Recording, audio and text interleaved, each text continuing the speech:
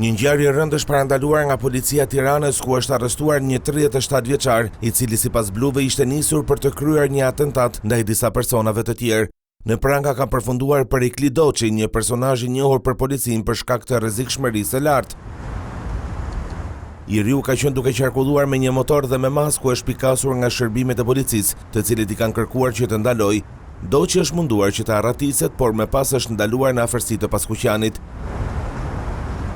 Në momentin që policia e ka kapur, atij është gjetur një pistolet, një sasi tritoli gati për shpërthim, 10 litra benzinë si dhe një maskë silikoni. Grupi hetimor ka dyshime se Doçi kishte përplasje me disa persona të tjerë dhe ishte nisur për të kryer atentat. Litrat e benzinës do t'i përdorte për të djegur motorin, i cili gjithashtu rezultoi i vjedhur.